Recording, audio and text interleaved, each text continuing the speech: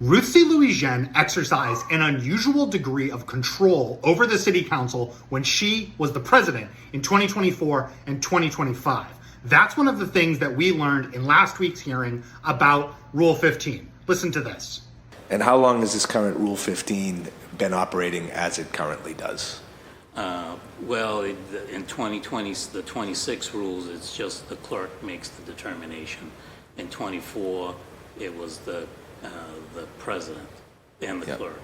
And then in 22, it was just the clerk.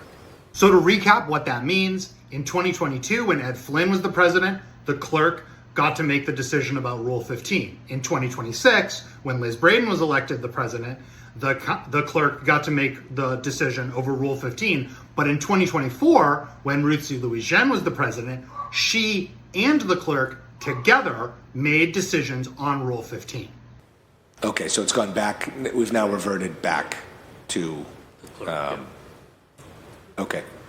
And in going back and forth, which, I mean, personally, I see the checks and balances of you being the final arbiter on that. I would. Yeah, when it was with the council president, I would go down to the office and discuss it with her and review the points that I thought were similar in nature, and 9 times out of 10 the president would have agreed with me, and then I would go to the councilor and discuss it further.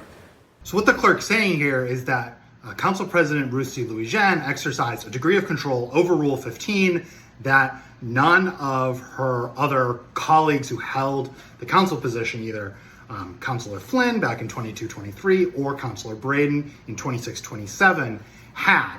And that's particularly important because Councilor Louijeune appears to have played a really big role in writing the rules for this year's council. She helped write the 26-27 rule. So the fact that she took away from Breadon a power that she herself held in the previous term is just super interesting.